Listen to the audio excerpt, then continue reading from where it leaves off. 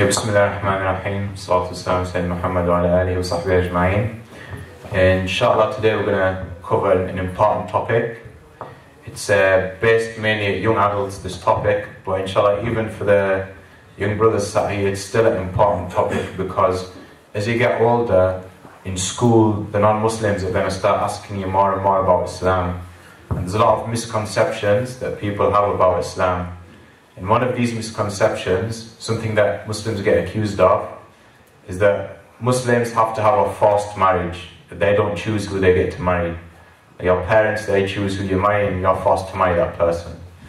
And on the news you sometimes hear about people who got forced to marry somebody and they got badly treated or they got killed or this and that. So therefore it's important for us to understand what our deen, what Islam teaches us about this. And it's important for us to be able to differentiate between what Islam teaches and what some Muslims do. Because not everything that a Muslim does is necessarily part of Islam. For example, there's a lot of Muslims who don't pray 5 times a day. So does that mean that in Islam you don't have to pray 5 times a day? No, it doesn't. That's not true. In Islam you have to pray 5 times a day. If some Muslims do some haram things, some Muslims do some bad things, then that's their problem, that's not because of Islam. So inshallah we're going to investigate whether Islam allows people the freedom of choice of who to marry, and we're going to delve into some of the tribalistic, some of the cultural misunderstandings that people have about Islam. So in terms of choosing who to marry, there's a hadith where a woman called Khansa bint Khidam, she reported that her father gave her in marriage after she became a widow. So her husband died, and after her husband died, her father decided to marry her off to some other guy. And she didn't want to marry that person, but her father, he forced her to marry that person. So she went to the Prophet ﷺ, and she complained to him. She said, my dad is forcing me to marry somebody and I don't want to marry this person. So the Rasul ﷺ, he annulled the marriage. He said this marriage is not valid because the woman, she has to choose who to marry. She has to agree who to marry. You can't force her. So he annulled the marriage. Annulled means that he cancelled the marriage. And that is reported in Bukhari and Ibn Majah. And there is another hadith in Abu Dawood which was reported on the authority of Ibn Abbas. And in this hadith there is a woman who went to the Rasul ﷺ. She went to the Prophet and she complained to him. She said, my father has married me to my cousin. My father said, you have to marry your cousin. And the reason he did this was to elevate his status amongst the people, because it was their culture, you know, tribal culture. They used to live in tribes. They used to have to marry a cousin from your own tribe. And if you didn't, then this would bring like a shame to the tribe. So this man, he made his daughter, he said to his daughter, you have to marry this person who is your cousin. So she went to the Rasul ﷺ, and the Rasul ﷺ, he said, then in that case I shall annul this marriage, I will cancel this marriage. And the woman said, no, don't cancel it, because actually I like my cousin, I want to marry him. Don't cancel the marriage. I only approached you because I wanted to prove that women have a right to choose who to marry. So these two hadith, they prove that in Islam the parents are not allowed to force their children to marry someone that they do not want to marry. And that if such a thing happens, then this marriage is void and it becomes annulled. Okay? So if you hear non-Muslims asking you, in Islam, do you have forced marriages? Do you have to marry your cousin? This is not part of the religion. This is simply some cultural things that in some countries where there's a lot of Muslims, the culture of that country is like this. But this is against Islam and this is haram. And there's an ayah as well. So Al Bakr says, O you who believe, do not inherit women against their will. And this ayah is referring to an ancient tradition that some Arabs used to have in certain parts of the world, where when a woman's husband dies, she gets forced to marry somebody else against her choice. She gets inherited. Sometimes she used to get inherited by that dead person's brother. And also, as part of the ancient Jewish traditions, because there used to be a lot of Jews in Medina and these areas, according to the Old Testament of the Bible, according to the old Jewish traditions, it's in a story called the story of Onan. They used to also have a tradition where if a person dies and he does not have a son, then his brother goes with the wife if his dead brother, and he makes her have a baby, and that baby belongs to the dead person. Okay, so if a brother dies, then one of his brothers who is still alive, he goes with his wife, and then when she carries that baby belongs to the dead brother. That used to be a tradition that they used to have. So the woman used to get inherited by the person's brother. So this ayah came and it used to say that this is haram practice in Islam. You cannot inherit women for marriage. The woman has a choice of who to marry. And same with the man, of course. Now, we need to look into, if Islam does not allow forced marriages, then why do forced marriages happen in Islamic countries? That is something that a non-Muslim might ask you. If it's against your religion, then why do a lot of Muslims do it? And the reason is, ya ikhwan, is because of something that in Islam we know as asabiyya. Does anyone know what asabiyya means in English? Anyone put the hand up? Asabiyya. Does anyone know what it means in English? No, that's jihad, the struggle.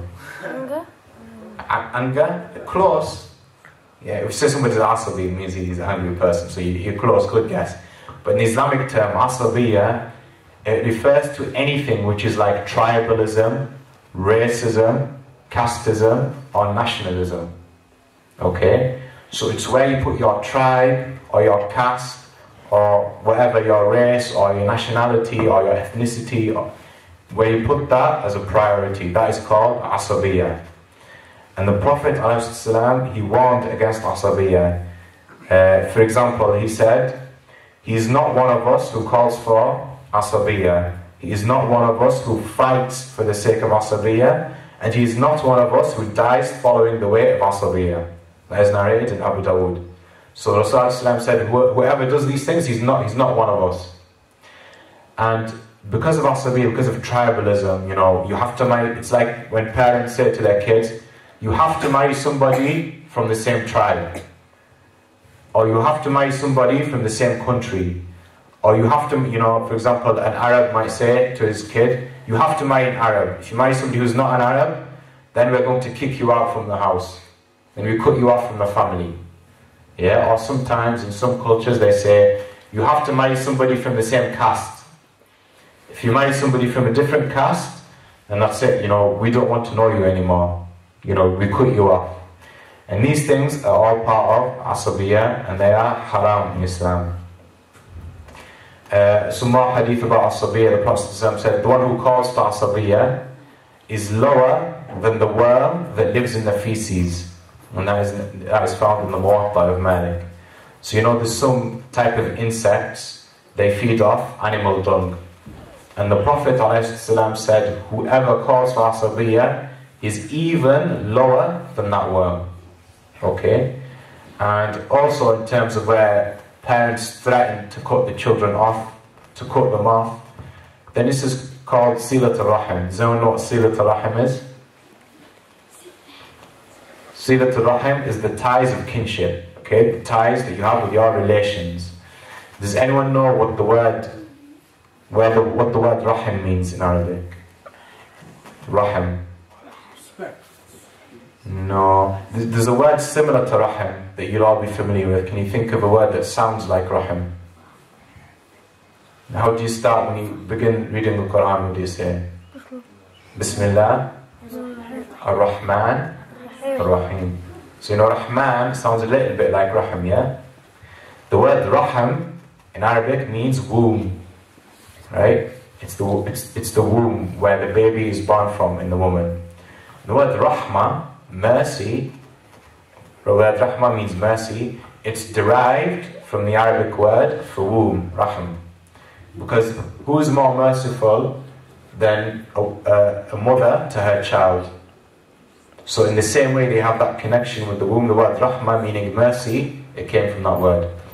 So in Islam, the person who cuts off the relation of the womb, the relation of the raham, he gets deprived from rahmah on the day of judgment. And that's in a hadith. So these people who say to their kids, you're not my kid anymore, I cut you off from the family because you didn't marry your cousin, you married somebody from a different tribe, or because you married somebody from a different race, or because you married someone from a different country, and they cut the relation off. And the hadith says that if you cut the relation of the raham, Allah will prevent you from His rahmah on the day of judgment. So this is one of the major sins in Islam, is to cut off the ties of kinship, especially when it's for a haram reason.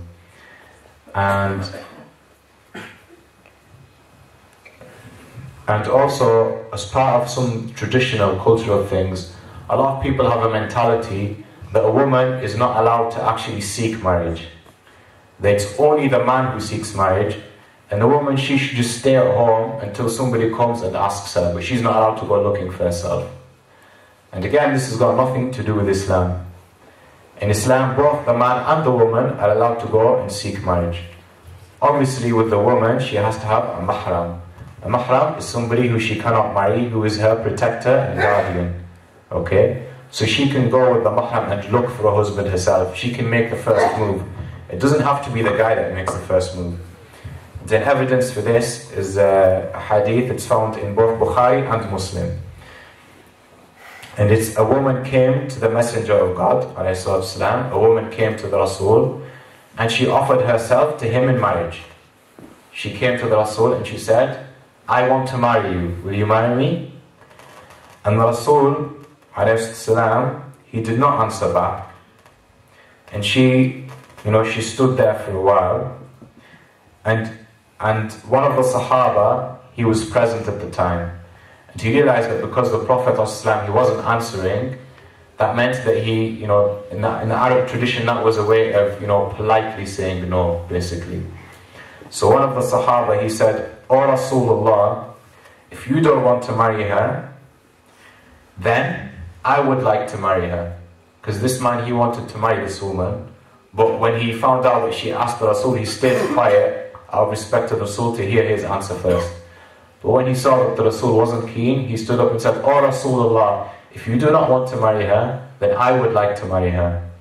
And the Rasul said, do you have anything to offer her as a dowry?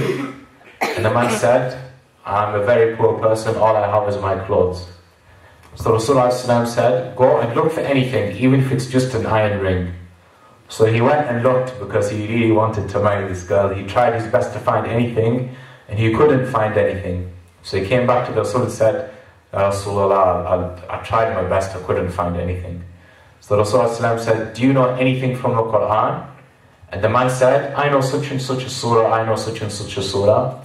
So Rasul said, then your dowry of marriage will be that you should teach her those surahs from the Quran. And the woman, she agreed, and they got married. So this hadith proves that a woman is allowed to make the first step in seeking marriage. Because she came and she offered herself to the Rasul ﷺ. If it was haram, then the Prophet would have told her, Astaghfirullah, what you did is haram. But since she did something in front of the Rasul, and the Rasul ﷺ did not comment on it, he allowed her to do it. In Islamic jurisprudence, in Islamic fiqh, that's how you understand rulings in Islam, that means that it's halal. If anyone does something in front of the Rasul, and the Rasul allows it to happen, that means it's halal. So this hadith proves that it's halal for the woman to make the first move. And even anyway, when he got married to Khadija, it was Khadija that made the first move. Somebody that was friends with Khadija, they approached the Prophet ﷺ first. So finally, Akhwan, I hope that covers the topic, inshallah, forced marriages. Very briefly, I know we only went very briefly into it. So in Islam, just to recap, in Islam, people have a choice of who to marry. Yeah? And especially the women got emphasized on because they're normally the ones that get abused. So women have a choice who to get married as well as the men. And the Rasul ﷺ said that if a woman had been married before but she was widowed or divorced, then you cannot marry her off until she says, yes, I agree. But if a woman is still a young girl, she's still a virgin, she's not been married before, then you have to ask her permission, and if she says yes, you can marry her. Or if she's too shy and she stays silent, then that also means yes. But if she says no, then you cannot marry her. So number one is that you have to have the permission of the people who want to get married. Number two, you cannot prevent somebody from getting married to someone based on racism or tribalism or nationalism or casteism. Okay, in Islam there's no such thing as, you know, he's Arab, he's Pakistani, he's African, he's Chinese. Okay, we're all one ummah. We're all the same ummah. And finally, ya ikhwan, the last thing was that men and women are both allowed to seek marriage and make the first move in approaching somebody for marriage. It does not have to be the man who approaches the woman. Assalamu alaikum wa rahmatullahi wa barakatuh. Jazakumullah khair. Yeah. You said you are allowed to marry anybody. Yeah. Can you just please clarify when you say anybody? Anybody within the Islamic context. Exactly. Yeah, because you see, you got children sitting here. They're only 8-year-old, 10-year-old. Exactly. Please clarify what is the guidance for marriage in Islam. Okay. Apart from choosing, that's fine. That point you made very clear. Yeah. But who are you supposed to choose? Okay. Can you choose an English woman or something like that? Okay. Well, you can't choose an English woman. Yeah, I know what you mean. I know the question. Inshallah. So the brothers. He wanted me to highlight, emphasize, because I was only referring to the misconception, but he wanted me to highlight so there's no confusion that in Islam, when I said that you can marry anyone, it means you can marry anyone within the Islamic context. The Islamic context in Islam, if you're a man, then you have to marry somebody who is either a Muslim or somebody who is from Ahlul Kitab, who is pious. Okay, so if you're a Muslim man, you can marry any Muslim girl or anyone from Ahlul Kitab who is still a virgin. Okay, so if she's not a virgin, so if she did something outside of marriage, then it's not permissible for you to marry somebody from Ahlul Kitab like that. She has to be a virgin. Okay, and that's what's permissible, but it's preferred. Rasulullah, he said in a hadith that women are married for their beauty, for their heritage, and for their deen. And woe to you, you should marry the one for her deen. So in Islam we're encouraged to marry the girl, also the man, because of the piety of their deen. We shouldn't be looking for because she's good looking, or because her dad is such and such a guy, or because she's rich, she's got money. These things are disliked. Okay? And when the parents, when they can reject somebody, they're allowed to reject somebody based on deen. So if you want to marry somebody who is, for example, a Christian, it is halal in Islam. But if your parents reject because based on her deen, she has a lack of deen, then that's permissible. But if, for example, there's an English girl and you want to marry an English girl, and the parents say no, because she's English, because of her race, you're not allowed to marry someone because she's from that race, then that's haram in Islam. There's no difference between English person, Arabic person, Pakistani person. We're all the same. Rasulullah said, all of you is from Adam, and Adam is from dust. Okay? An Arab has no superiority over a non-Arab, nor does a non-Arab have any superiority over an Arab. You are all equal before Allah, except in piety and good action. So when you look for a wife or a husband, you should look for the one with the best deen. Okay? So it doesn't mean that you can marry somebody who is, a kafir, or somebody who's got bad things about them. You should marry somebody who's a good Muslim, inshallah. Does that answer the question a bit better? I think it needs more detail to it. I think otherwise, because where you're living, it can easily cause confusion. It does need more detail to it about the guidance, what is in Quran, even about Ahlul Kitab. What is Ahlul Kitab? Okay. It won't be covered now, I'm sorry. Yeah. I don't mean to ask you to explain now, because it does need more explanation. I'm probably going to need another session. Yeah, because today's session some people have a misconception that Islam teaches that forced marriages. Yeah. So I was just dispelling that misconception. Yeah. Well, obviously if I want to cover the whole topic of marriage, how to get married, who to marry and all this, it'll take several lessons, inshallah. Jazakallah khair. Assalamu alaikum. Okay, Waleed's class, or whatever classes, if you want to take part in the quiz, if you just go in the room next door, inshallah. There'll be a prize for the winners, and we're going to put some tea and biscuits for you as well.